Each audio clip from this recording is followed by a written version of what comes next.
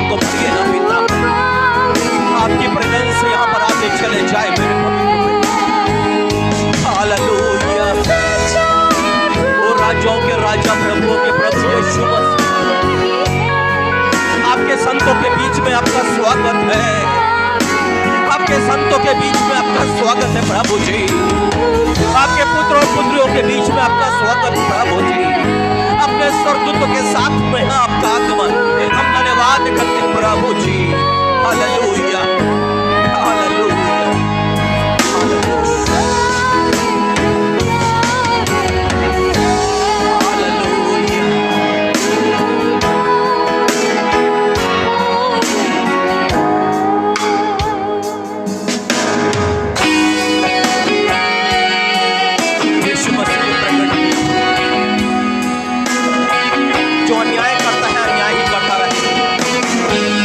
जो मलिन है वह मलिन बना रहे, और जो धर्मी है वह धर्मी बना रहे, और जो पवित्र है वह पवित्र बना रहे। मेरे प्रभु यीशु मसीह, आपने अपने लहू से खरीदा, हमें पवित्र किया प्रभु जी, हमें धर्मी घोषित किया, हमें पवित्र किया प्रभु जी। लिखा है आपका वचन हमें शुद्ध, हमें पवित्र करता प्रभु जी। आज भी ऐसा ही अनुग्रह करे प्रभु जी, आपने हमें धर्मी बनाया, हम धर्मी बने रहे प्रभु जी। आपका पवित्र आत्मा हम सबों की सहायता मदद करे प्रभु जी। Hallelujah, hallelujah.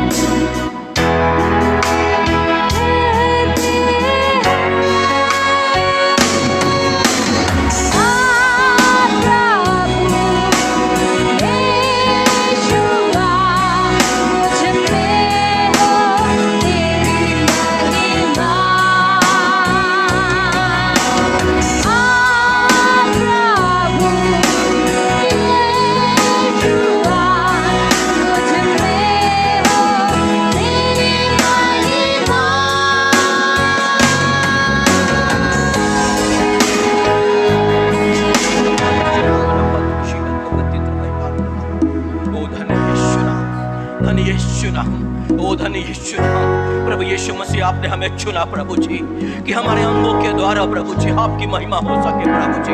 हमारा उठना बैठना, हमारा चलना फिरना, ओ हालेलुया, हमारा खाना और पीना भी प्रभु जी आपकी महिमा का कारण बने।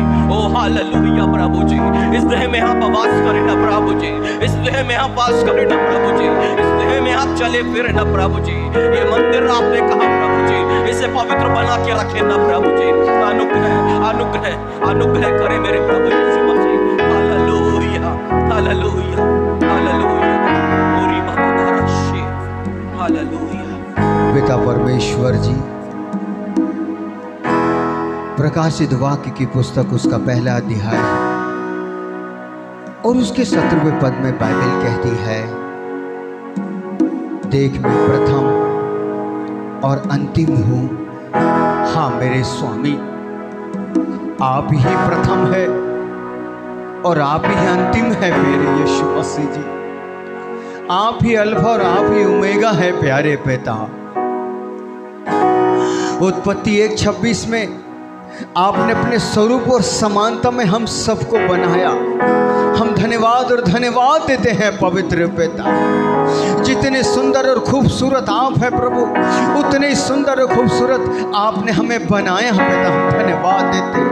और आज प्रभु जी प्रेरित 1:17 आपने पूरा किया प्रभु जी, अपनी आत्मा को अपने लोगों पर उंडेला है राजा, इसलिए धन्यवाद।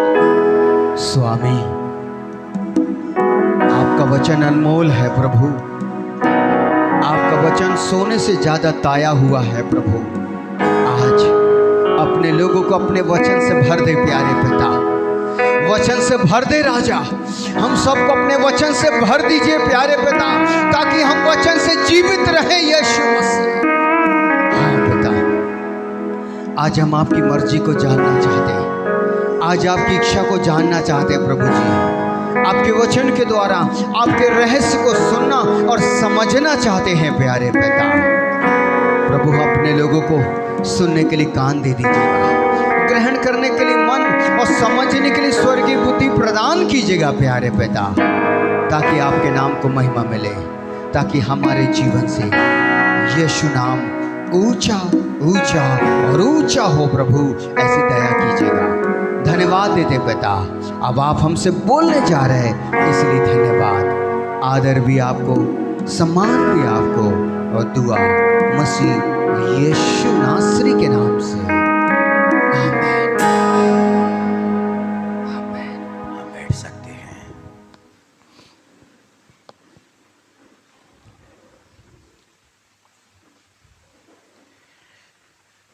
यीशु मसीह ने कहा, एकमात्र सच्चे परमेश्वर को जान लो, यही अनंत जीवन है।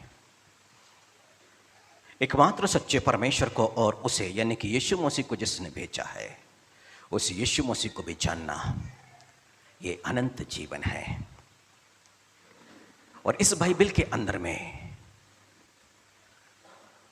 प्रभु यीशु मसीह ने अपने आप को, अपने स्वभाव को प्रकट किया है। वो क्या चाहता है, वो किस बात से नाराज होता है और किन बातों से वो प्रसन्न भी होता है। और जब हम यीशु मसीह को जानने की कोशिश करते हैं तो यीशु मसीह का चरित्र, उसका स्वभाव निकल के सामने आता है। और जब हम यीशु मसीह को समझ जाते हैं, उसके स्वभाव को जान लेते हैं, तब यीशु मसीह चाहता है कि अब हम वैसा ही जीवन जिए। जो यीशु मसीह की इच्छा है उसी को अपना ले। जो यीशु मसीह चाहता है उसी को पूरा करने की यत्न में हम लग जाएं। और इस बाइबल के अंदर में या इस चर्च में जब वो बुलाता है तो अपने पवित्र वचनों से बात करता है।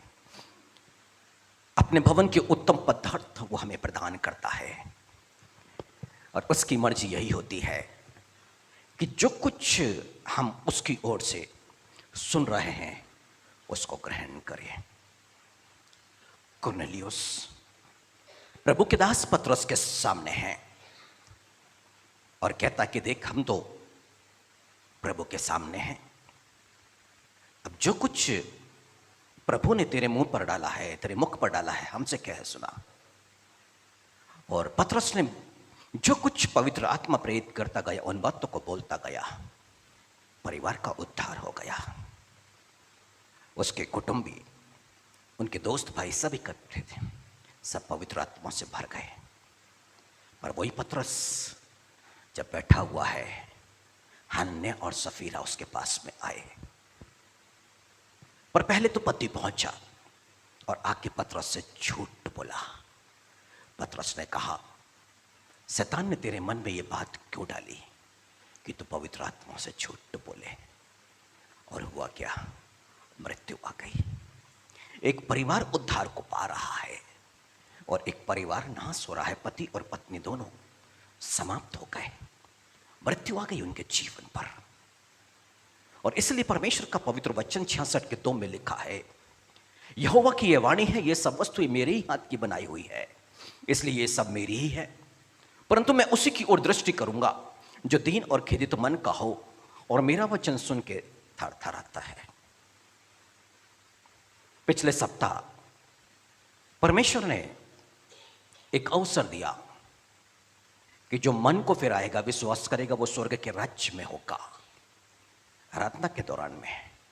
परंतु जो मन ना फिराएगा, जैसे गलीलियों को मार के उनके लहू को बलिदान के लहू के साथ बहा दिया गया, या फिर सिलो की मीनार गिरी, 18 लोग दब के मर गए, एक अचानक एक खतरा और जीवन समाप्त, अवसर समाप्त, मन फिराव का अब मनुष्य आग की झील पर होगा। यानी कि परमेश्वर मनुष्यों को क्या कर रहा है, मन फिराव का अवसर दे रहा है।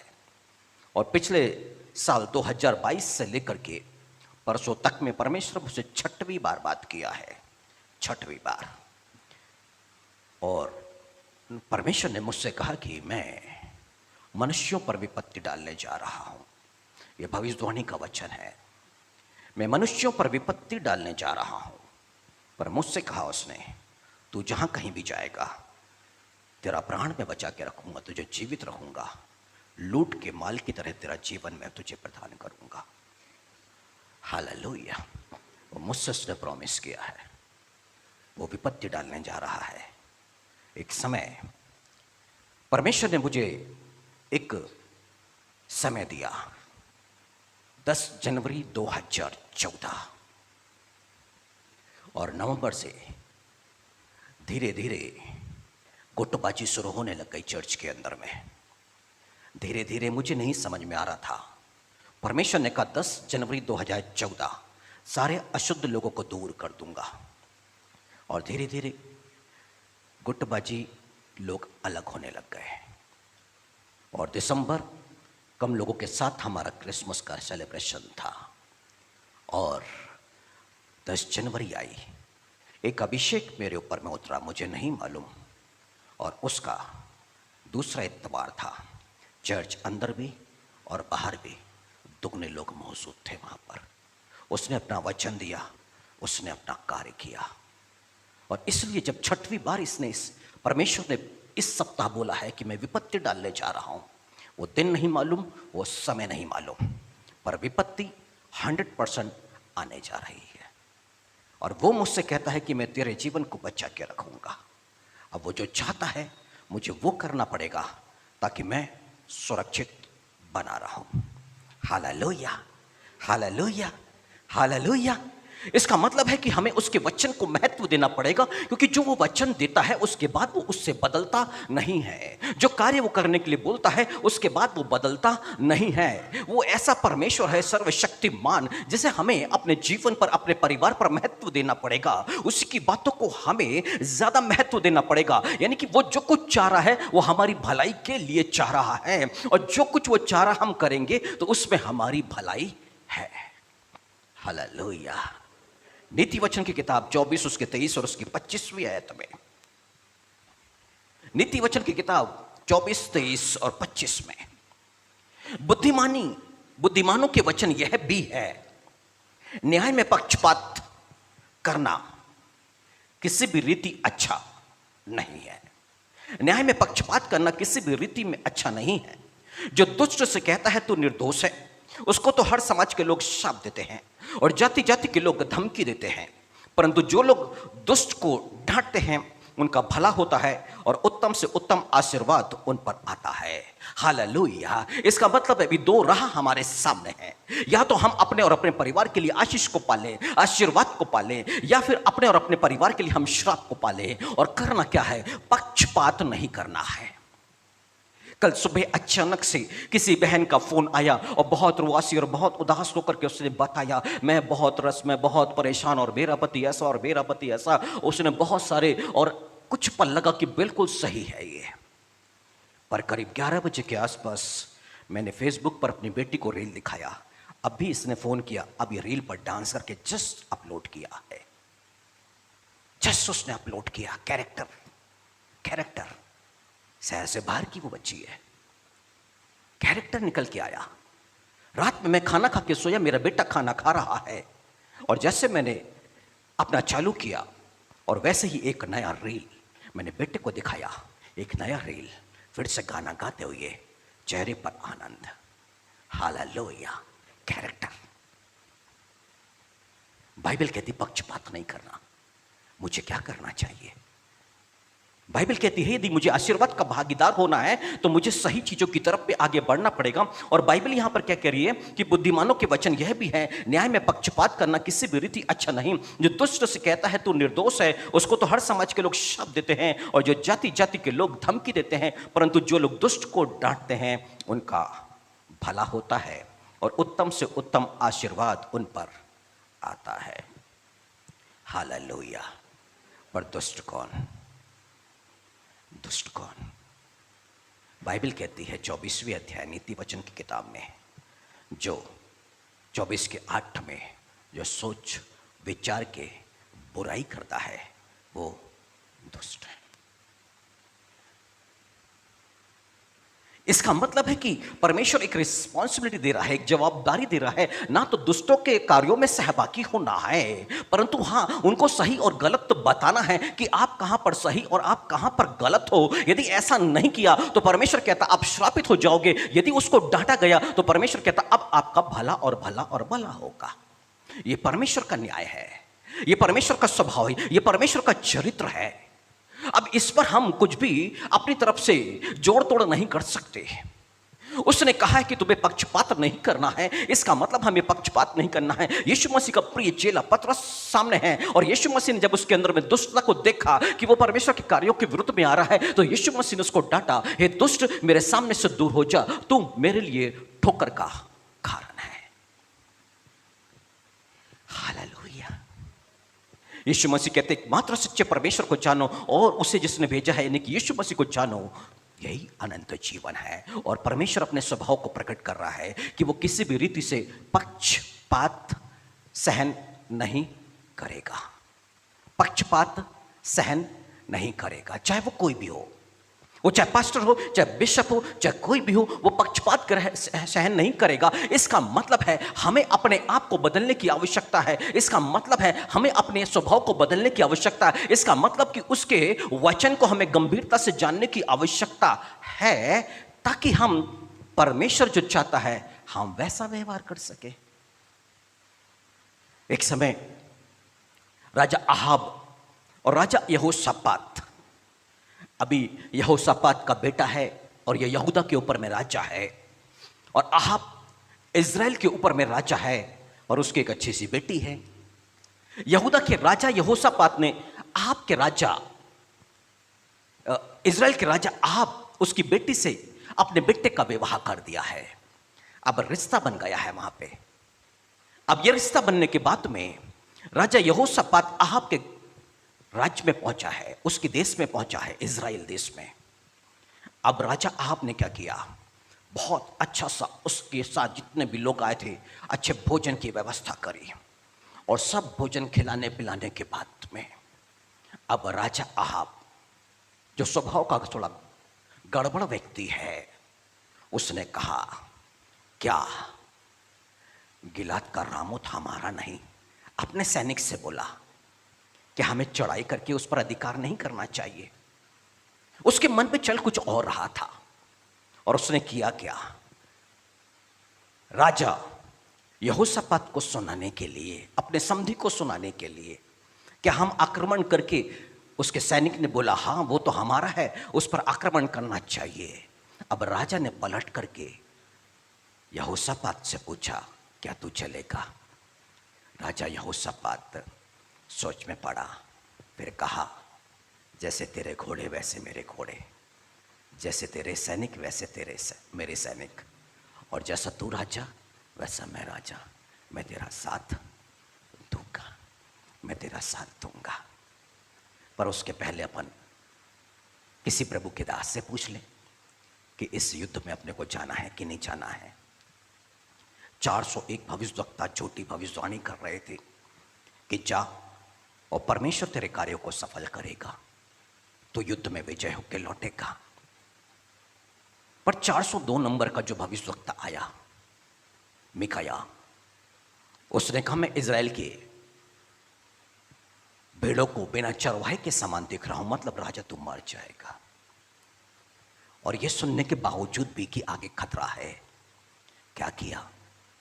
आप युद्ध के लिए गया सामान्य से सैनिक की वेशभूषा पहन के, और राजा यहोशापात अपनी वेशभूषा में, राजा के ड्रेस में, और वहां पर गए। और राजा यहोशापात को सैनिकों ने घेर लिया, विरोधी सैनिकों ने, और राजा यहोशापात ने जोर से चिल्ला दिया कि मैं राजा नहीं। और सारे लोग वहां रुक गए। सेनापति ने बोला नहीं ये आप नहीं है। और एक व्यक्ति ने तीर चढ़ा चुका था अपना, सब लौटने लगे, और जो चलते समय तीर उसने हवा में छोड़ दिया कि तीर तो खींच चुका था, राजा को तो मारना नहीं है, ये आप नहीं है, ये तो यहोशापात है। उसने हवा में छोड़ दिया और वो तीर हवा में उड़ा और ऊपर से नीचे आया और राजा आहाब के पेट के निचले हिस्से में लग गया और राजा आहाब की मौत हो गई।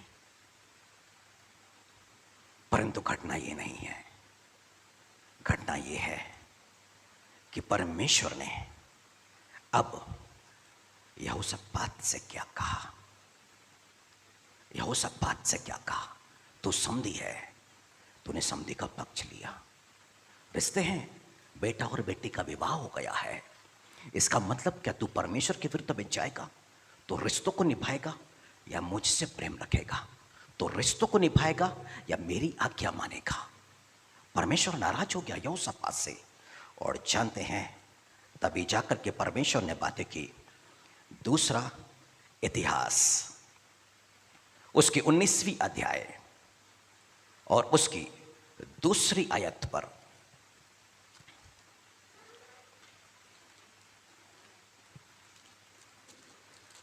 दूसरा इतिहास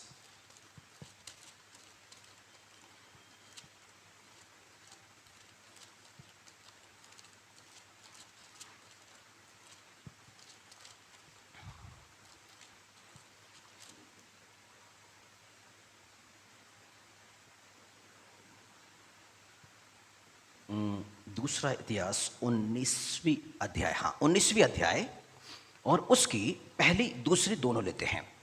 यहूदा का राजा यहोशापात यरूशलेम को अपने भवन में कुशल से लौट गया। आपको तो तीर लग गया है। अब राजा यहोशापात कुशल से, अब ये युद्ध समाप्त हो चुका है, ये अपने भवन में पहुंच गया है। अब आगे लिखा है, तब हनानी नामक दर्शी का पुत्र यहू यहोशापात राजा से भेंट करने को निकला और उससे कहने लगा, क्या दुष्टों की सहायता करनी और यहोवा के बैरियों से प्रेम रखना चाहिए? इस काम के कारण यहोवा की ओर से तुझ पर क्रोध भड़का है। हालेलुया।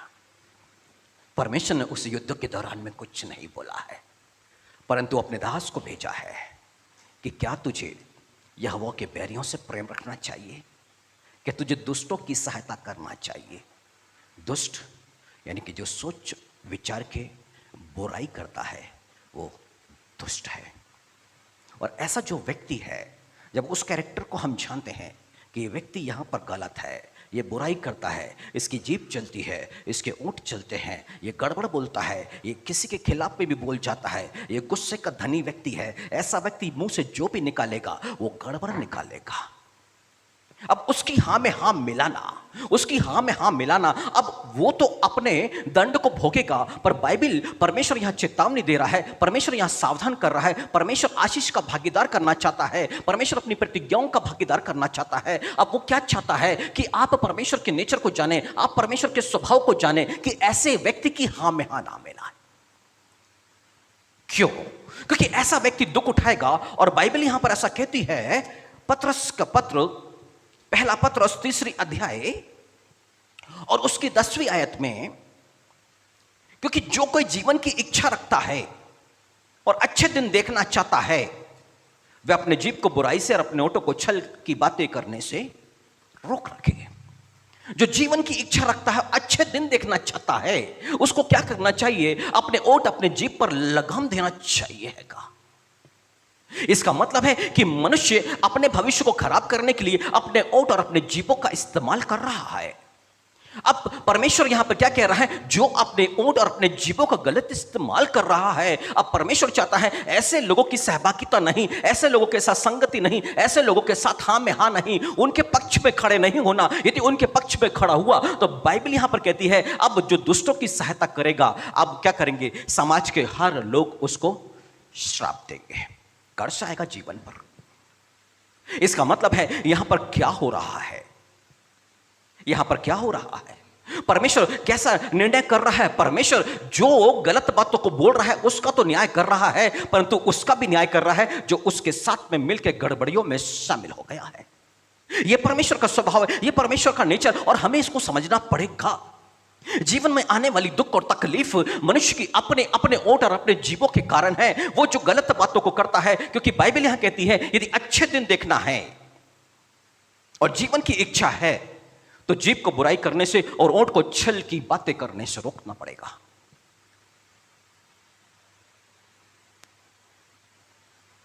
नूह के 3 पुत्र, सेम, हाम और येपेत, और हाम कमरे के अंदर में गया, जल प्रलय आ गया है, सब समाप्त हो गया है और तंबू वहां पर है। अब नूह ने अंगूर की खेती करी है, दाख की खेती करी है, और उसका दाख मधु बनाया है, उसको पी लिया, आ गया नशा, और बिना कपड़ों के कमरे में पड़ा हुआ है। बीच वाला बेटा हाम कमरे के अंदर गया और देखा कि पिता नग्न अवस्था में है, और बाहर आकर के सगा बेटा अपने सगे भाइयों से बोला, पिता ऐसी हालत में पड़े हैं। समझिएगा फिर क्या किए? सेम और येपेत ने, बड़ा वाला और छोटे वाले ने, एक चादर लिए, उल्टा चले और जाके पिता के ऊपर में डाला और वैसे ही लौट गए। इन्होंने क्या किया है?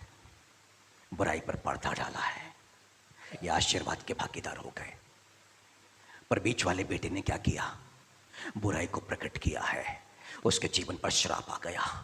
हाम से कनान उत्पन्न हुआ, वो कनान इजराइली को दे दिया गया, सारा वंश श्रापित हो गया।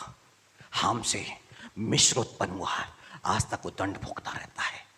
जितने फिलिस्तीन उत्पन्न हुए हैं आज तक वो दंड भोग रहे हैं। संतान श्रापित पर श्रापित हो गई है, और क्यों श्रापित हो गई है? क्योंकि उसने अपने बाप की निंदा करी।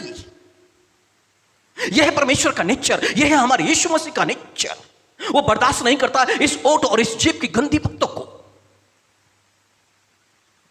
वो न्याय करता है। और हम मनुष्यों को समझना पड़ेगा कि मेरा यीशु मसीह कैसा है, और नहीं समझ पाए तो अपने जीवन को जोखिम में डालेंगे, अपने भविष्य को खतरे में डालेंगे। क्यों? क्योंकि हाम के जीवन पर क्या आ गया? कर्ज आ गया है। अब मेहनत मजदूरी वो करते हैं और हाथ से सब चला जाता है, सब चला जाता, कुछ नहीं उनके हाथों में। वो उनकी संतान भी श्रापित हो गई, श्रापित हो गई। और क्या करके? सिर्फ बुराई तो किया है, पिता नग्न अवस्था में पड़े हैं, बस सब बर्बाद, पीढ़ी दर पीढ़ी बर्बादी आ गई, पीढ़ी दर पीढ़ी।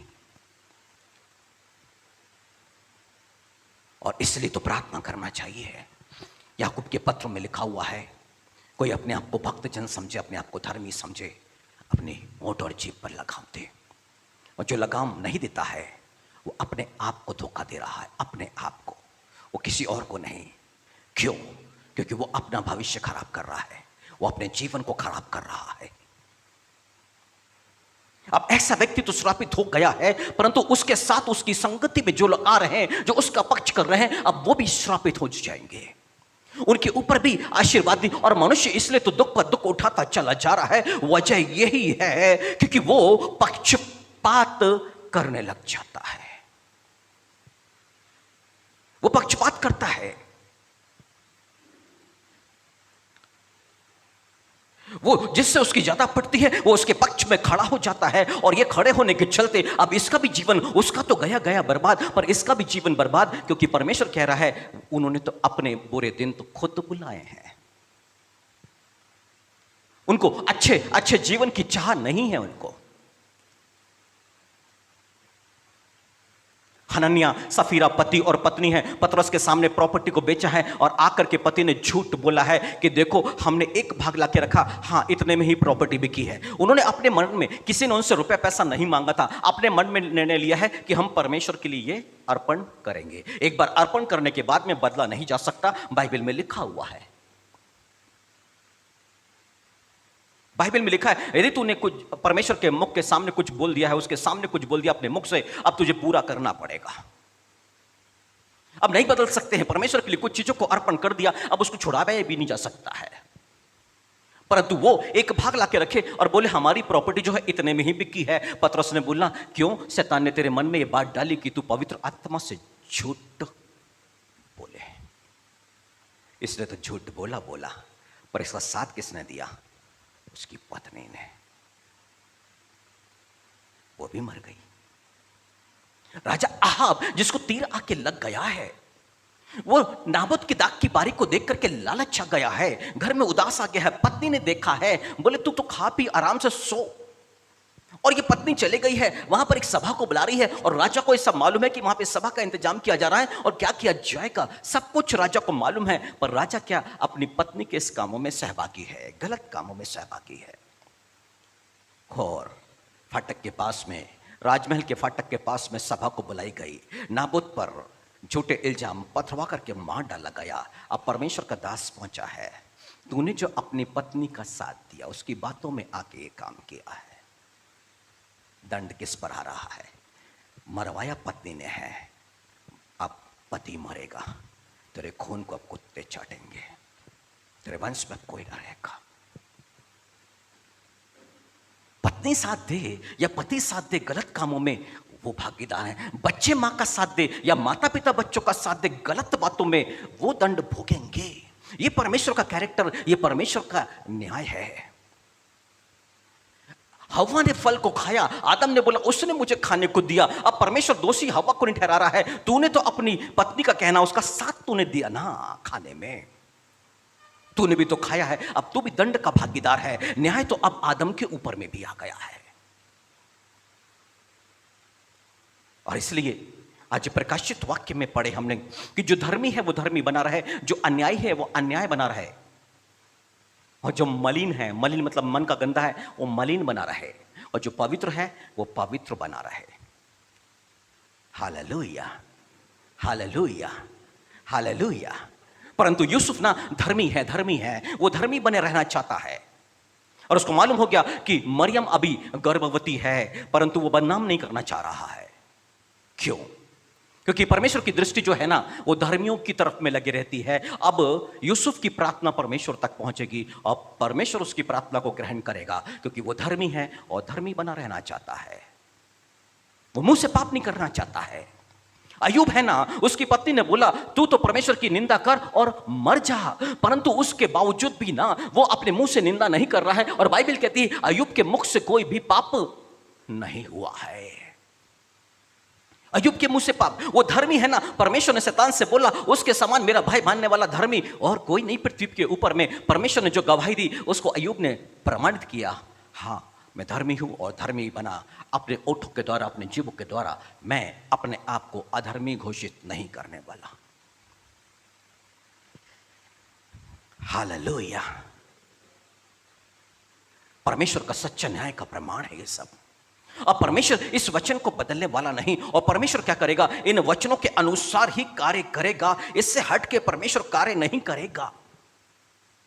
अब यहोशापात को डांट तो पड़ गई, पर जानते हैं परमेश्वर ने पिछले 5 दिनों से, मैं कभी ये सारे वचन लिखता नहीं, पर मैं तैयारी 5 दिन से परमेश्वर मुझे सिखाता रहा, बताता रहा। आज लिखित लेकर के आया हूं पूरा। पिछले 5 दिनों से कई प्रमाण परमेश्वर ने लाके दिखाए कि देखो मनुष्य मुझे नहीं जान पा रहा है, मनुष्य मुझे नहीं जान पा रहा है। और यहोशापात ने क्या आगे जब समझ में आ गई ना, तो क्या कहता है वो, यदि आप आ जाए 19:6 में आ जाए, दूसरा इतिहास।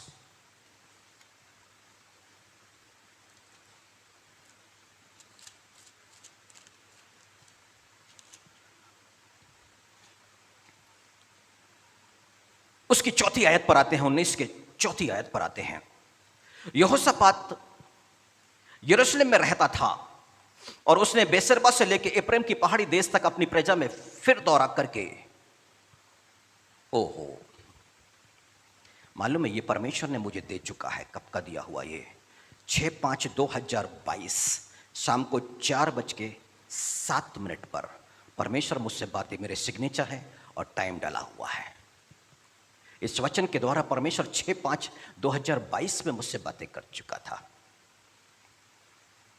और जब परमेश्वर मुझसे बोल देता है तो मैं डेट डालता हूं और वो समय को डालता हूं और अपना सिग्नेचर करता हूं इस बाइबल के अंदर में कि परमेश्वर ने इन बातों को मुझसे कहा है।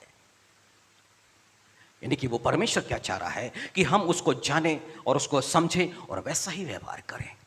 अब आगे क्या लिखा है, यहोशापात यरूशलेम में रहता था और उसने बेसेरबा से लेकर एप्रैम के पहाड़ी देश तक अपनी प्रजा में फिर दौरा करके उनको उनके पितरों के परमेश्वर यहोवा की ओर फेर दिया। फिर उसने यहूदा के एक गढ़ वाले नगर में न्याय करने वालों को ठहराया। और आगे लिखा है, और उसने न्यायियों से कहा, सोचो कि क्या करते हो, क्योंकि तुम जो न्याय करोगे वह मनुष्य के लिए नहीं, यहोवा के लिए करोगे, और वह न्याय करते समय तुम्हारे साथ रहेगा। अब यहोवा का भय तुम में बना रहे और चौकसी से काम करना, क्योंकि हमारे परमेश्वर यहोवा में कुछ भी कुटिलता नहीं है, ना वह किसी का पक्ष करता है और ना किसी से घूस लेता है। वो किसी का पक्ष नहीं करता है। वो परमेश्वर, जो परमेश्वर का चरित्र यहां निकल के आ रहा है कि वो परमेश्वर किसी का पक्ष नहीं लेता है। इसका मतलब है उस परमेश्वर के कैरेक्टर में हमें आना है, उस परमेश्वर को समझना, उसके स्वभाव को, और हमें परमेश्वर के पक्ष में खड़े होना है। हालेलुया, हमें परमेश्वर के पक्ष में खड़े होना है। पिछले सप्ताह किसी बहन ने अपनी प्रेयर रिक्वेस्ट दिया और पति के विषय दिया, तब उसको बुला करके बोला गया कि देखो बाइबल में लिखा है कि यदि तुम भय से चलोगी तो तुम्हारे चाल चलन को देख के तुम्हारा पति बदलेगा। अब पति के बारे में आप कुछ भी बोलो, हम नहीं सुन सकते, आप अपने चाल चलन को बदलो। हालेलुया, हम पक्षपात नहीं कर सकते और ना करना चाहिए। हमें परमेश्वर के वचन के अनुरूप में खड़ा होना है। यदि वो परमेश्वर कह रहा पक्षपात नहीं, मेरे वचन में जो लिखा है तुम्हें उसका पालन करना पड़ेगा, तो जीवन पर शांति आएगी, आनंद आएगा और अच्छे जीवन, अच्छे दिन तुम्हारे लौट आएंगे। अब परमेश्वर की इस बातों को यहोशापात समझ गया। अब जब न्याय करने के लिए न्यायियों को बैठा रहा है तो क्या कहता है, तुम्हें मनुष्यों के लिए न्याय नहीं करना है, तुम्हें किसके लिए करना है? परमेश्वर के लिए। Hallelujah, hallelujah. इसका मतलब है, नीति वचन की किताब में लिखा है, जो अपने बेटे पे छड़े नहीं उठाता वो उसका दुश्मन है। यानी कि बेटे को मारना है एक बाप को। हालेलुया, उसको सही रास्ते पे लाना है, न्याय करना है। वो गलत है, उसको मानना पड़ेगा, उसको सुधारना पड़ेगा। पर क्यों? क्योंकि ये परमेश्वर का न्याय है और परमेश्वर ने बाप के हाथों में सौंपा है, उस बेटे को तू सुधार, क्योंकि वो किसके लिए है लड़का? परमेश्वर के लिए है। परमेश्वर की महिमा का कारण है लड़का, और तुम्हें परमेश्वर के लिए ये कार्य को करना है, परमेश्वर के लिए उस बेटे को सुधारना है। Hallelujah, hallelujah. हम समझ पा रहे हैं परमेश्वर के लिए हमें न्याय करना है, परमेश्वर के लिए हमें बेटे को सुधारना है, परमेश्वर के लिए। यदि बाप बेटे को मारे तो मां आगे आ जाए। हाँ वो ठीक है, जवान हो गए हैं, बराबर के हो गए हैं, अब प्यार से समझाया जाए, हाथ उठाना ठीक नहीं है, पर ठीक है, गलत बातों के लिए रोकना भी जरूरी है। ये परमेश्वर के लिए। यही तो यहोशापात समझ गया है। अब उससे तो अन्याय हो गया, उससे तो गड़बड़ी हो गई, परमेश्वर की डांट आ गई है उसको। वो हर पल परमेश्वर के अनुग्रह में, परमेश्वर के वचन में, परमेश्वर की इच्छा पे चलने वाला अभी तो ये बच गया है, पर डांट बड़ी खतरनाक उसको पड़ी है। पर अब वो समझ गया है कि मुझे गलत नहीं करना। क्यों? क्योंकि जो मन फिराता है ना, परमेश्वर तो उसको माफ करता है। और यहोशापात तो समझ गया कि गड़बड़ी तो हो गई है, अब मुझे परमेश्वर की इच्छा के अनुरूप में कार्य करना है। अब वो लोगों को समझा रहा है तुम्हें न्याय करना है और मनुष्यों के लिए नहीं करना है। यानी कि तुम अब पक्षपात नहीं करना है, तुम्हें परमेश्वर के लिए करना है और परमेश्वर के वचन के अनुसार न्याय करना है। हालेलुया। और जब ऐसा न्याय करेंगे तब क्या होगा? उत्तम से उत्तम आशीर्वाद आना शुरू हो जाएगा। यदि आशीर्वाद का भागीदार होना चाहते हैं तो जीवन को बचाना पड़ेगा, हमें डांटना पड़ेगा, सिखाना पड़ेगा ऐसे लोगों को कि आप गलत हो। Hallelujah, hallelujah. अब पत्नी घर में जाके पति को ना बोले कि आप गलत हो। वचन को गलत ढंग से नहीं लेना है। हालेलुया। और ना पति जाके बोले कि पत्नी को तुम गलत हो। Hallelujah, hallelujah. हाँ, जब पत्नी और सास में कुछ हो जाए तो वहां पर सच्चा न्याय करना है कि नहीं, पत्नी का पक्ष नहीं, अभी तो तुम यहां गलत हो। हाँ, सास वहां गलत है तो मां को बोलना है आप गलत हो मम्मी, आप ऐसा नहीं करो। भले अलग से ले जाके समझाओ, पर हाँ न्याय करो। अभी रिश्तों को नहीं कि माँ से ज़्यादा प्रेम है तो बहू के खिलाफ में, और यदि बहू या बेबी से ज़्यादा प्रेम है तो माँ के खिलाफ में। ये प्रेम परमेश्वर के राज्य में ऐसा नहीं चलता है, वहां पक्षपात नहीं चलता है, वहां कोई इसको महत्व नहीं दिया जाता है। परमेश्वर के राज्य में यदि हम आए हैं तो उसके स्वभाव को सीखना पड़ेगा है कि परमेश्वर के राज्य में कैसा व्यवहार होता है और हमें उसे अपनाना है। परमेश्वर ने अपने स्वर्गदूत लूसीफर को न्याय किया और स्वर्ग से निकाल फेंका। क्यों? क्योंकि वो गलत था। परमेश्वर ने आदम हवा को अपने राज से निकाल फेंका। क्यों? क्योंकि वो गलत थे। परमेश्वर ने दाऊद को मुश्किलों में पड़ने दिया। क्यों? क्योंकि उसने अपने सेनापति की स्त्री पर नजर डाली थी। अब उसके योग्य वो है और उसके ऊपर में दंड आके रहेगा, और वह बिचारियों का दंड यही है।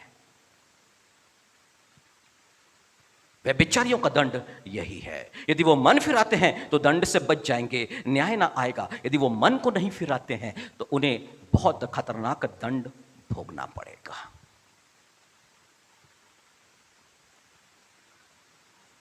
बाइबल कहती जो धर्मी है वो धर्मी बना रहे। एक व्यक्ति जो यीशु मसीह के लहू से खरीदा गया है, उसके लहू से वो पवित्र हो गया है, और उसने सारे पापों को छोड़ के अब वो फिर से शराब पीने लग जाए, वो तो अधर्मी हो गया है। यीशु मसीह के वाचक के लहू को उसने पैरों तले रौंदा है, वो गुनाह कर रहा है यीशु के खिलाफ में।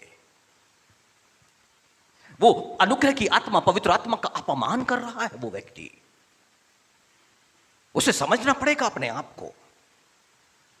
अब ऐसे व्यक्ति का साथ देख करके वो मनुष्य भी मुश्किल में पड़ जाएगा जो उसका पक्ष कर रहा है। ये परमेश्वर अपने कैरेक्टर को प्रकट कर रहा है, क्योंकि पिछले सप्ताह उसने कह दिया मन फिराओगे तो स्वर्ग के राज्य में यदि मन ना फिराओगे तो फिर एक मुश्किल आ रही है, एक भयंकर विपत्ति आ रही है। भविष्यवाणी का वचन है ये, भविष्यवाणी का वचन है ये। Hallelujah, hallelujah. पिछले सप्ताह अमेरिका से एक बहन चोरी हुई थी। उसको नहीं आती हिंदी, पर उसका मैसेज था, मैं पवित्र आत्मा के गहरे अभिषेक को आपकी कलीसिया में देख रही हूं। उस अभिषेक को मैं आनंद उठा रही हो यहाँ अमेरिका में बैठ करके। वो पवित्र आत्मा के कार्य को देख रही थी, उसको नहीं समझ में आ रही है हिंदी, पर वो क्या देख रही है? पवित्र आत्मा के कार्य को देख करके पूरी आराधना में वो जुड़ी रही। जरूर हिंदी में चल रहा था, उसमें जो कैप्शंस भी आते हैं वो हिंदी में ही चलते हैं। यहाँ पे जो बोल रहा हूँ वो वहाँ पर हिंदी में लिख करके आना शुरू हो जाता है। जो ऑनलाइन है वो उसको देख सकते हैं, हिंदी में वो पूरा लिख रहा है उस पर उसको नहीं आती हिंदी। पर उस पूरी आराधना के दौरान में उसने परमेश्वर की प्रेजेंस को, उसका आनंद उठाया उसने। हालेलुया। और हमारे पास तो उसका जीवित वचन, और परमेश्वर क्या कह रहा है? जो मेरे वचन को सुन के थरथराता है मैं उसी पर कृपा दृष्टि करूंगा। मतलब वो आशीष का भागीदार बन जाएगा। हालेलुया। इसका मतलब है ये समय कठोरता का नहीं, ये समय किसका है? उसके आगे अपने आप को रखा करके कि प्रभु हाँ मुझसे गुनाह हो रहा है, प्रभु जी क्यों मैं हम के समान अपने आप को नुकसान में डालूं और हम मेहनत करें, परिश्रम करें और हमारे परिश्रम का फल कोई और लेके चला जाए, हमारी संतान उसके भागीदार ना रहे। क्या किया था? हमने गलती की है, भुगत रहे हैं उसकी संतानें। कनानी, मिस्र, फिलिस्तीन सब भुगत रहे हैं, सब भुगत रहे हैं, आज तक भुगत रहे हैं। क्या किया था? पिता नग्न अवस्था में है, बस।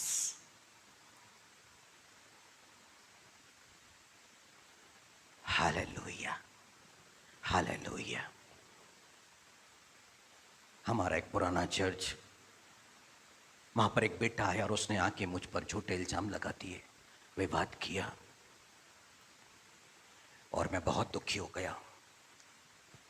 एक दिन, 2 दिन और तीसरे दिन समझाया, नहीं माना। तीसरे दिन वो 3-4 लोग आके कुछ विवाद किए। मैंने कहा चलो अपन परमेश्वर से न्याय की मांग करते हैं, मैं गलत तो मैं बर्बाद, नहीं तो तू बर्बाद, तेरी नौकरी वोकरी सब चले जाए। गुस्से में आके कर दिया। दूसरे दिन पछतावा होगा, पर तीसरे दिन उसकी नौकरी चले गई। आज तक वो बेरोजगारी की हालत में छोटा मोटा काम करके जीवन यापन करता। दुख होता है क्यों मेरे मुख से निकल गया, ये क्यों निकल गया। हालेलुया। वो न्यायी परमेश्वर है, उसने मुझे सही प्रमाणित किया, गलत प्रमाणित किया, पर वो आज तक गलत प्रमाणित है। वो परमेश्वर अपने स्वभाव को प्रकट कर रहा है कि वो किसी का पक्षपात नहीं करता है। जो सही है तो उसको आशीर्वाद देगा और जो गलत है उसको क्या करेगा? श्रापों का भागीदार होता है तो हो जाए, पर कब तक? जब तक वो मन को ना फिरा ले, और जिस दिन मन को फिरा ले उस दिन आशीष आना शुरू। यहोशापात समझ गया है, अब वो लोगों को समझा रहा है, न्यायियों को समझा रहा है कि परमेश्वर का भय मानना और चौकसी से काम करना। जब तुम न्याय करोगे तो कौन तुम्हारे साथ होगा? परमेश्वर तुम्हारे साथ होगा। वो तुम्हारी सहायता करेगा, तुम्हारी मदद करेगा। हालेलुया। एक आयत तो खोलिए, मत्ती के सुसमाचार 23 में।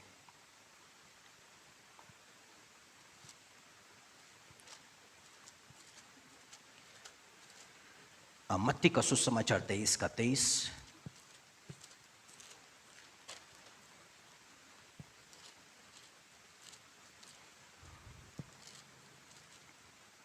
यहां पर लिखा हुआ है, हे कपटी शास्त्रियों फरीसियों, तुम पर हाय, तुम पुदीने और सौंफ और जीरे का 10वां अंश तो देते हो, परंतु तुमने व्यवस्था की गंभीर बातों को, 10वां अंश देना गंभीर बात नहीं, वो ठीक है 10वां अंश दे रहे हैं तो आशीष आएगी, पर 10वां अंश देने के बाद में तुमने क्या किया? गंभीर बात। और कौन सी गंभीर बात है? न्याय, दया और विश्वास को छोड़ दिया है। व्यवस्था, पवित्र बाइबल की गंभीर बात न्याय है। न्याय, वो परमेश्वर क्या चाहता है?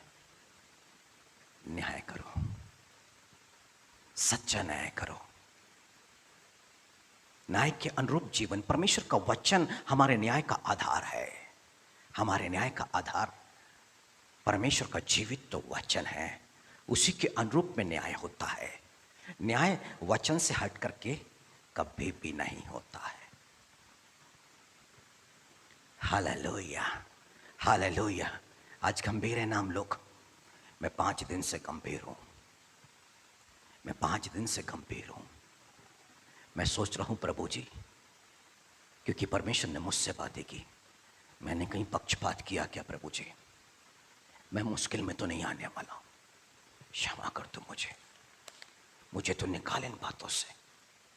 कहां गड़बड़ी हो गई? तू क्यों बातें कर रहा है पक्षपात को लेकर के? तू क्यों मुझसे बोल रहा है? मैं कहां पक्षपात कर रहा हूं? तू मेरे को सही न्याय करना सिखा, सही रूप से बातें करना सिखा। इन ओठों से छल की बातें ना निकले, इन जीभों से कपटपूर्ण बातें ना निकले प्रभु जी। मैं तेरे लिए जीना चाहता हूं।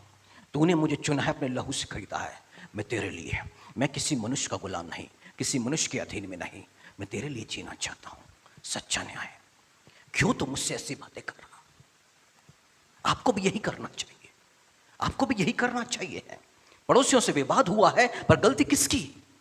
आपको देखना पड़ेगा, आपसे या आपके परिवार के सदस्य तो नहीं हुई है। नहीं हुई तो ठीक है, परमेश्वर एक सच्चा न्याय करेगा, सच्चा न्याय करेगा। पर यदि खुद की गड़बड़ी है तो न्याय में तो खुद शामिल हो जाएंगे फिर। Hallelujah, hallelujah. बाइबल में लिखा हुआ है, सपन्या नबी की किताब में, वो एक ऐसा परमेश्वर है, प्रत्येक सुबह, प्रत्येक भोर वो क्या करता है? न्याय करता है। प्रत्येक भोर वो न्याय करता है।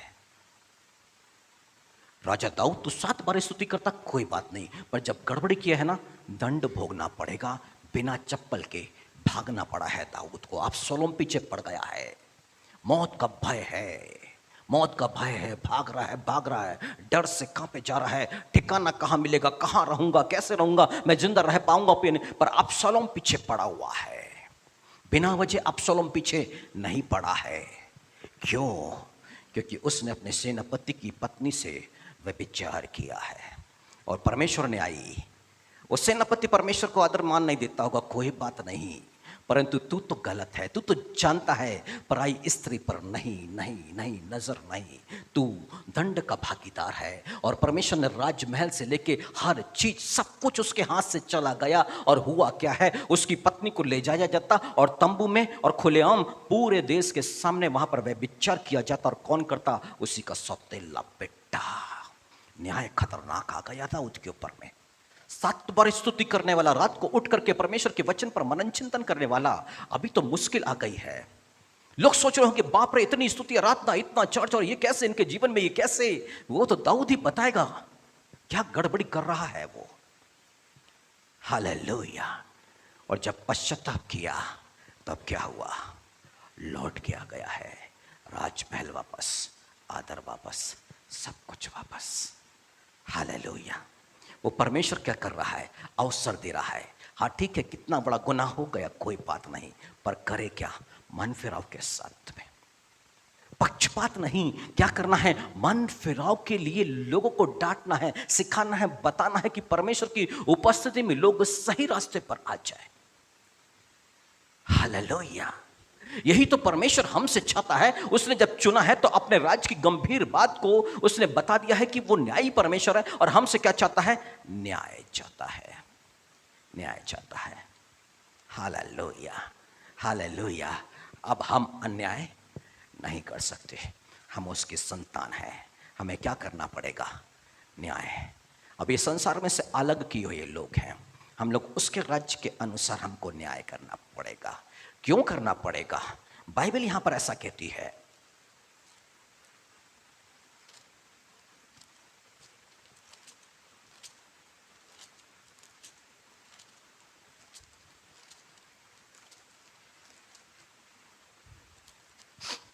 छठवीं अध्याय, पहला कुरिन्थियों 6वीं अध्याय, उसकी 7वीं आयत, या पहली आयत से लेते हैं। क्या तुम में से किसी को यह हियाव है कि जब दूसरे के साथ झगड़ा हो तो फैसले के लिए किसी के भी पास चले जाओ? तुम में किसी में यदि झगड़ा हो तो किसके पास जाओ? तो फैसले के लिए अधर्मी के पास जाए और पवित्र लोगों के पास ना जाए। परमेश्वर क्या अगुवाई कर रहा है? झगड़े के लिए कहां जाए? संतों के पास में, दासों के पास में, अधर्मियों के पास में नहीं, जो अभिषेक में नहीं है, जो परमेश्वर के वचन को नहीं जानते हैं, जो सच्चा न्याय नहीं जानते हैं, तो कहाँ जाना है? परमेश्वर के पवित्र जनों के पास में। दूसरी आयत में क्या लिखा? क्या तुम नहीं जानते कि पवित्र लोग जगत का न्याय करेंगे? इसलिए जब तुम जगत का न्याय करना है तो क्या तुम छोटे से छोटे झगड़ों का भी निर्णय करने के योग्य नहीं? क्या तुम नहीं जानते कि स्वर्गदूतों का न्याय करेंगे? तो सांसारिक बातों का निर्णय क्यों ना करें? हालेलुया। सोचिए तो, परमेश्वर किसके लिए चुना है कि हम स्वर्गदूतों का न्याय करेंगे? हमें कहां पर बैठना पड़ेगा? वो पतरस, याकूब, यूहन्ना के साथ सिंहासन पर बैठना पड़ेगा। और क्यों बैठना पड़ेगा?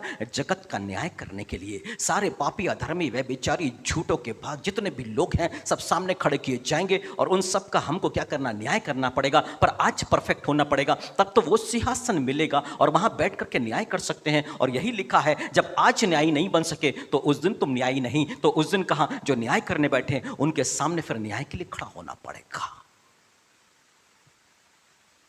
आज सच्चा न्याय ना कर सके तो उस दिन कहां पर होंगे? लाइन में लगे होंगे अपने न्याय के लिए। पर आज यदि सच्चा न्याय कर रहे हैं तो उस दिन सिंहासन पर बैठ के अन्यायी लोग जो है, जो पापी है, जो व्यभिचारी, जो उनका न्याय कर रहे होंगे स्वर्ग में सिंहासन पर बैठ करके। ये पद यहां दिया जा रहा है। और इसलिए बाइबल कहती है सांसारिक झगड़ों का न्याय कहां पर? पवित्र लोगों के पास, वचन के अनुसार। वचन के अनुसार। Hallelujah, hallelujah, hallelujah, hallelujah. सच्ची और जीवित घटना। किसी भाई ने अपनी पत्नी के मुंह से किसी की तारीफ सुनी और फिर उसके बारे में बोला, देखो वो नजर मिला के बात नहीं करता है। उसको लगा कि उसकी पत्नी उसकी तरफ अट्रैक्ट हो रही हो। शायद वो नजर मिला के बात नहीं करता है, वो गड़बड़ इंसान है। उस इंसान को कोई लेना देना नहीं है। उसकी सुंदर सी पत्नी है, उसको कुछ मतलब नहीं है लोगों से। वो तो काम करता है अपने प्रभु का ईमानदारी से। पर कुछ समय के बाद में वो पति व्यभिचार में लिप्त पाया गया। व्यभिचार में लिप्त पाया गया। सच्चा न्याय परमेश्वर का। जिस बात पे तुम दोष लगा रहे हो उसी बात पे तो तुम खुद दोषी हो, खुद दोषी हो। वो दोष लगा रहा था प्रभु के दास पर, और दोष खुद का निकला। सच्चा न्याय परमेश्वर का। न उस दास के पास टाइम है कि आपकी पत्नी के साथ घंटों समय व्यतीत करे, आपके घर में घंटों से बैठे। नहीं है, वो अपने प्रार्थना में और प्रभु की संगति में रहता है। उंगली उठाने से पहले 100 बार सोचना होता है उस बातों के लिए। जिस बात पर तुम दोष लगा रहे हो उसी बात पर तुम दोषी दोषी दोषी। परमेश्वर का सच्चा न्याय है। हालेलुया। आज हमारा परमेश्वर बहुत गंभीर है। पवित्र आत्मा बड़ा गंभीर है। उसको सिर्फ मैं ही इस पल में समझ सकता हूं। वो आज उतर करके आया है और वो बातें कर रहा है। इसका मतलब है कि वो हमको न्याय से बचाना चाहता है, वो मृत्यु से बचाना चाहता है। आने वाला कल यदि अच्छा करना होगा तो आज शांत रहना पड़ेगा। आने वाला परसों शांत अच्छा करना है तो कल भी शांत रहना पड़ेगा। आने वाला परसों, उसके बाद जो नेक्स्ट डे आने वाला है वो भी शांति का हो, अच्छा जीवन हो उस दिन, तो भी लगातार शांत रहना पड़ेगा। इस ओंठ जीभ पर लगाम के लिए प्रार्थना करना पड़ेगा। हालेलुया। जैसे घोड़ों को वश में किया जाता है मुंह पे लगाम लगा के, इसको यदि वश में करना है अपने आप को तो अपने मुंह को बंद करके, हालेलुया, मनुष्य अपने पर लगाम लगा सकता है, परमेश्वर को प्रसन्न कर सकता है। हालेलुया। क्योंकि यही जीभ है जो जंगल में आग लगा देगी। जैसे एक छोटी सी चिंगारी जंगल में आग लगाती है, ये जीभ है जो मनुष्य के जीवन को बर्बाद कर रही है। और परमेश्वर चाह रहा है कि इस पर कंट्रोल कर ले, इस पर कंट्रोल कर ले, इस ओंठों पर कंट्रोल कर ले। भावना में आकर के, बहकावे में आकर के, गलत स्टोरियों को सुन करके गलत डिसीजन नहीं करें, गलत बातें बोलना ना शुरू कर दे किसी के विपरीत। उसको प्रार्थना में रखें, प्रार्थना में रखें। परमेश्वर से वचन को मांगे, परमेश्वर वचन देगा और परमेश्वर बताएगा क्या चल रहा है। हालेलुया। क्या चल रहा है। वो जीवित खुदा है, बातें करता है, वो बातें करेगा आपसे भी। आप एक बार सवाल तो करके देखिए। सोते समय सपने में बातें करेगा, जागते समय अपने वचन को भेज के बातें करेगा, पर करेगा, सत्य को प्रकट करेगा। Hallelujah, hallelujah, hallelujah. तो आइए हम अपने स्थानों पे खड़े हो जाएं। आज परमेश्वर को हम बड़ी गंभीरता से लें, क्योंकि परमेश्वर के पवित्र वचन में लिखा है, यहोवा की यह वाणी है, ये सब वस्तुएं मेरे ही हाथ की बनाई हुई है, इसलिए ये सब मेरी ही है, परंतु मैं उसी की ओर दृष्टि करूंगा जो दीन और खेदित मन का हो और मेरा वचन सुन के थर थराता हो। माफ कीजिएगा, हम सब लोग नहीं, जिन्होंने डूब का बपतिस्मा लिया वो खड़े हो जाए, बाकी बैठ जाएं, फिर हम थोड़ी देर में एकत्र हो जाएंगे। जिन्होंने डूब का बपतिस्मा लिया है वो अपने स्थान पर खड़े हो जाएं और बाकी अपने स्थान पर बैठें।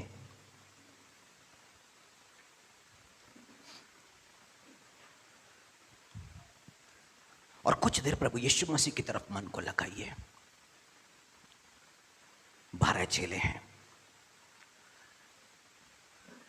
यीशु मसीह अपने 11 चेलों से कहते, तुम सब के सब शुद्ध नहीं हो। 12 से कहा, तुम सब के सब शुद्ध नहीं हो। परंतु जब पतरस ने कहा कि मेरे सिर को भी धो, तो यीशु मसीह ने कहा, जो नहा चुका है उसको अब सिर की आवश्यकता नहीं, बस पैर काफी उसके लिए।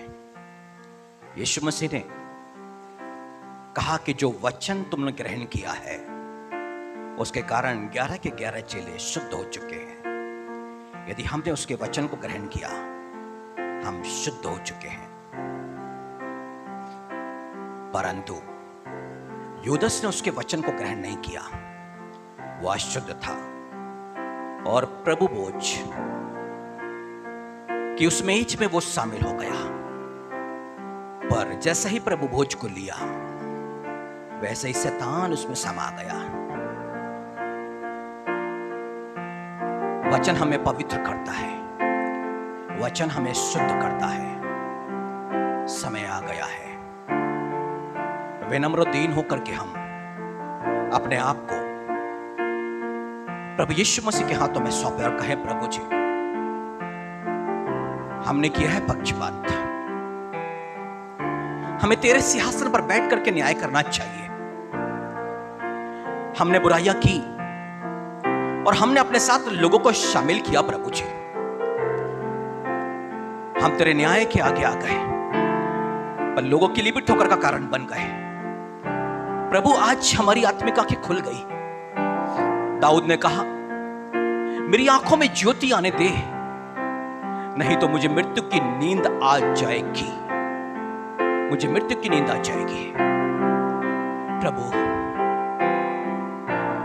तेरी आज्ञा तो निर्मल है, जो आंखों में ज्योति ले आती है। और आज तेरी आज्ञा मिली कि हमें पक्षपात नहीं करना है और ना बुराई करना है नोट और जीभ से। प्रभु जी, आपकी इस आज्ञा का सम्मान कर सके, आपका भय हमारे मनों में, दिलों में बना रहे। प्रभु जी, हम पर दया कर। प्रभु जी, हम पर दया कर। प्रभु जी, हम पर दया कर। प्रभु जी, हालेलुया, हालेलुया। राजाओं के राजा, हम आपकी देह को, रक्त को ग्रहण करने जा रहे हैं। प्रभु जी, आपका पवित्र वचन हमें धो दे। प्रभु जी, हालेलुया। हमारे मनों में ये वचन समा जाए, आपका भय हमारे मनों में समा जाए। प्रभु जी, हम आपके सम्मुख में धर्मी पाए जाए। प्रभु जी, क्योंकि धर्मी आप ही घोषित करते हो। हमारी सहायता कीजिए प्रभु जी। हालेलुया।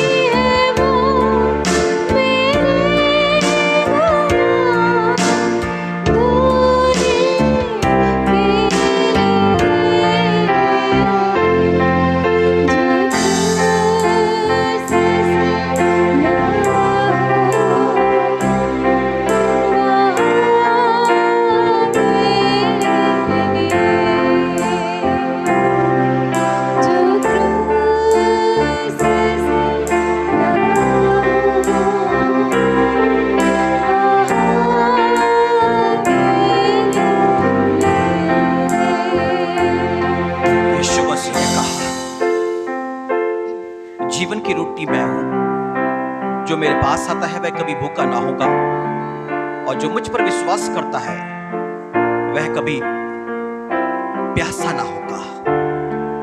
हे प्रभु यीशु मसीह, आप तो भूखों को अच्छी वस्तु से तृप्त करने वाले प्रभु हैं प्रभु जी। और हमारा तो विश्वास यीशु मसीह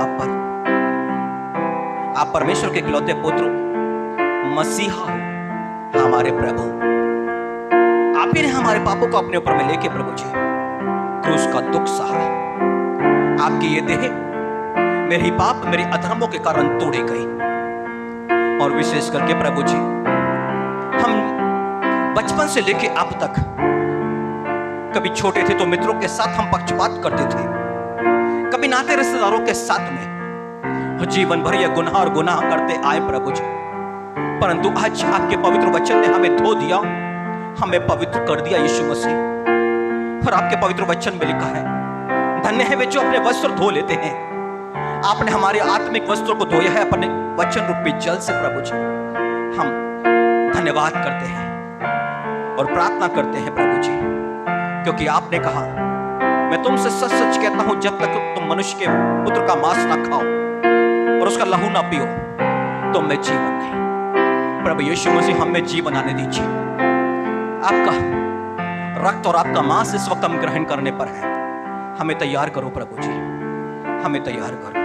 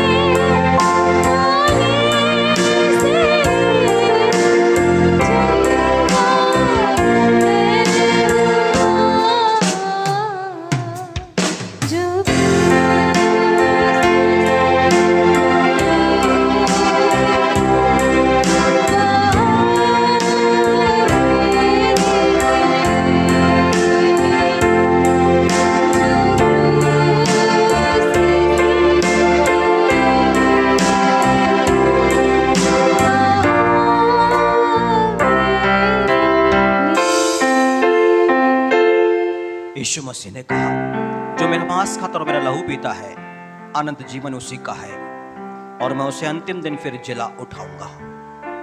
क्योंकि मेरा मांस वास्तव में खाने की वस्तु है और मेरा लहू वास्तव में पीने की वस्तु है। जो मेरा मांस खाता और मेरा लहू पीता है वह मुझ में स्थिर बना रहता है और मैं उसमें। जैसे जीवित पिता ने मुझे भेजा और मैं पिता के कारण जीवित हूं, वैसा ही वह भी जो मुझे खाएगा मेरे कारण जीवित रहेगा। प्रभु यीशु मसीह, हम आपके देह, आपके रक्त को ग्रहण करने पर हैं, और जिसको ग्रहण करने के बाद आपने प्रतिज्ञा की कि हम जीवित रहेंगे।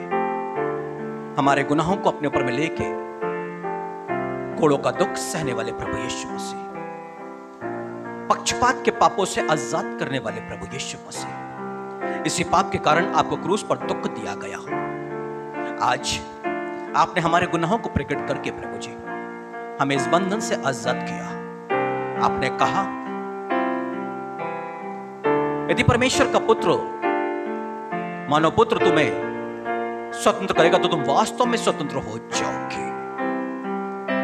और प्रभु यीशु मसीह अपने गुनाहों को स्वीकार करने के कारण आपने हमें आजाद किया। प्रभु जी, हम धन्यवाद करते हैं आपका और आपसे विनती करते हैं प्रभु जी कि आपके देह और रक्त जब हम ग्रहण कर रहे हैं, यह हमारे लिए दंड का कारण ना बने जैसे यूदस के लिए बना, परंतु आपके अनुग्रह से हमारा तन, मन और आत्मा सुरक्षित रहे। ऐसा अनुग्रह हम पर कीजिएगा प्रभु यीशु मसीह। आइए हम मिलकर वही प्रार्थना करें जो प्रभु यीशु मसीह ने हमें सिखाई। हे हमारे पिता, आप जो स्वर्ग में है, आपका नाम पवित्र माना जाए, आपका राज्य आए, आपकी इच्छा जैसे स्वर्ग में पूरी होती वैसे इस पृथ्वी पर भी पूरी हो। हमारे दिन भर की रोटी आज हमें दे, जैसे हमने अपने अपराधियों को क्षमा किया वैसे आप हमारे अपराधों को क्षमा करें। हमें परीक्षा में न ला, परंतु बुराई से बचा, क्योंकि राज, पराक्रम और महिमा सदा आपकी ही है। आमीन। आइए हम इस कटोरे को, रोटी को परमेश्वर की तरफ में उठाएं। हे मेरे पवित्र पिता परमेश्वर, आपसे हमें आज की रोटी मांगी थी और आपने हमें अपने बेटे की देह और रक्त जो अनंत जीवन तक ठहरेगा प्रभु जी, जो हमें जीवन प्रदान करेगा, दिया है। और इसके लिए हम धन्यवाद करते हैं और प्रार्थना करते हैं प्रभु जी, अपने पवित्र आत्मा के स्पर्श से यीशु मसीह की वास्तविक देह और रक्त में इसे बदल दीजिए। प्रार्थनाओं के सुनने वाले पिता, आपने ऐसा किया, इसके लिए हम आपका धन्यवाद करते हैं। और एक बार फिर आपसे विनती है पिता, ये हमारे लिए दंड का कारण ना बने, परंतु आपकी दया से हमारे तन, मन और आत्मा सुरक्षित रहें। प्रार्थना को प्रभु यीशु मसीह के नाम पर करते हैं, आमीन। हम धन्यवाद के साथ ग्रहण कर सकते हैं।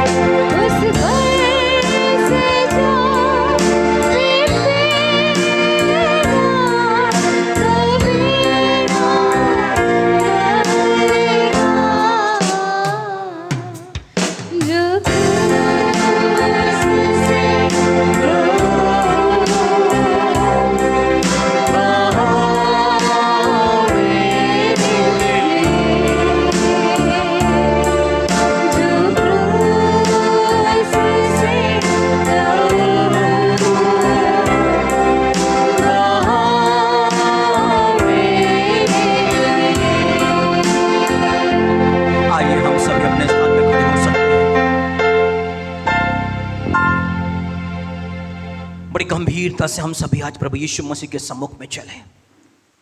जहां 2 या 3 यीशु मसीह के नाम से एकत्र होते हैं, वहां पर वो मौजूद है। वो अपने सिंहासन को छोड़ करके हमारे बीच पर मौजूद है। उसके स्वर्गदूत हमारे बीच में मौजूद हैं। वो देखना चाहते हो ना आश्चर्य कर्मों को, जो वचन सुनने के बाद लोगों के जीवन में उसका प्रभाव पड़ता है। उस स्वर्गदूतों की दृष्टि आप पर है, मुझ पर है। वो देखना चाहते हैं कि कितना परमेश्वर का भय मानते हैं। वो देखना चाहते हैं कि कितना यीशु से प्रेम, उसके वचन से लोग प्रेम करते हैं। वो देखना चाहते हैं कि यीशु के लिए लोग कितने समर्पित हैं। इसी स्थान पर जब शराब के दासत्व के लिए प्रचार किया गया, दो भाइयों ने तुरंत मन को फिराया। उन्होंने कहा हम अब आज के बाद शराब ना पिएंगे। परमेश्वर बहुत आयत की उनके जीवन पर आशीष को ढेले, क्योंकि उन्होंने मनों को फिराया इस स्थान पर कि अब हम शराब को ना पिएंगे। और परमेश्वर उनके लिए भला है और निश्चय ही उनके लिए भलाई की बातों को उत्पन्न करेगा। और जो दया परमेश्वर ने उन भाइयों पर दिखाई है, उनको स्वर्ग के राज्य में ग्रहण किया है, वो आज हमें भी ग्रहण करना चाहता है। जब इस वचन को सुन के हम थर थर आएंगे कि हाँ प्रभु, बचपन से लेकर के जब हमारे छोटे छोटे मित्र हम पक्षपात करते थे और जिससे उसका झगड़ा हो हम उसको भी मारते थे प्रभु जी, हम पक्षपात करते थे, तब से लेके आज तक हम पक्षपात करते आ रहे प्रभु जी। हमारे निर्णय सही नहीं प्रभु जी, हमने धोखा दिया है लोगों को, आपको। और आओ पुत्र के समान हम आपके सम्मुख में है प्रभु जी। हमने मनुष्यों के प्रति और आपके प्रति गुनाह किया है, हमें क्षमा कीजिए प्रभु जी।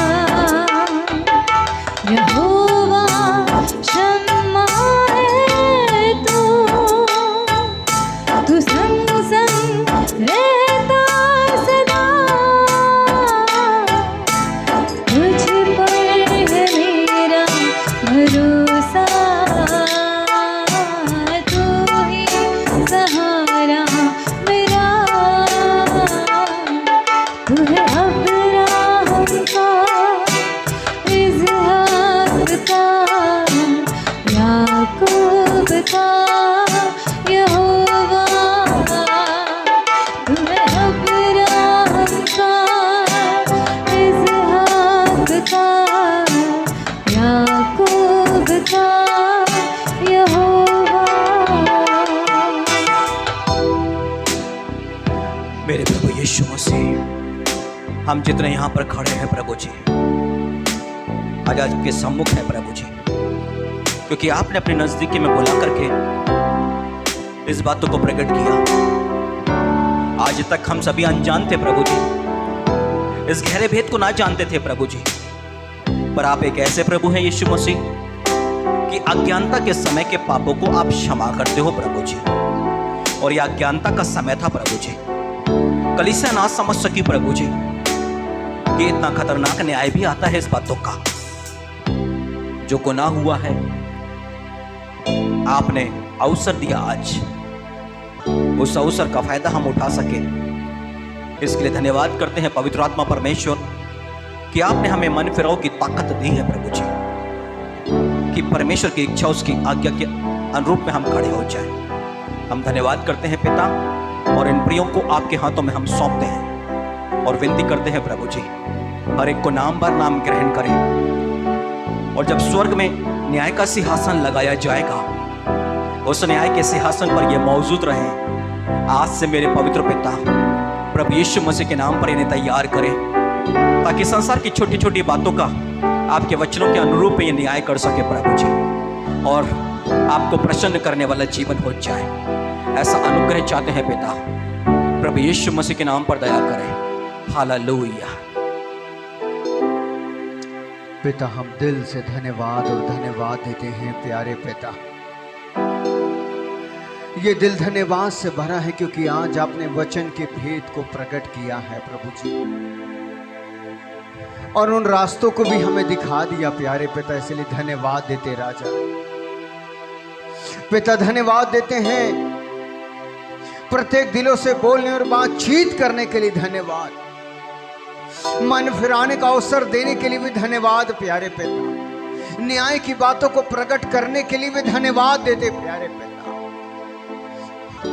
आज की सुबह हम अपने हाथों को उठाकर पिता इस वचन के लिए अपने आप को समर्पित करते हैं प्यारे पिता, इस वचन के लिए अपने आप को समर्पित करते हैं प्यारे, और इसी के अनुसार आप चलने का अनुग्रह भी आप उंडेल रहे हैं, इसलिए हम धन्यवाद देते हैं प्यारे पिता। धन्यवाद, आपने अपने लोगों को अपने करीब में बुलाकर उनके साथ व्यवहार किया प्रभु, इसलिए दिल से धन्यवाद देते हैं। पवित्र विहारी में सम्मिलित होने का अनुग्रह दिया पिता, इसलिए दिल से धन्यवाद देते प्यारे पिता। धन्यवाद, आदर भी आपको, सम्मान भी आपको देते प्यारे पिता, और धन्यवाद के साथ ही दुआ मसीह यीशु के नाम से मांगते हैं। आमीन।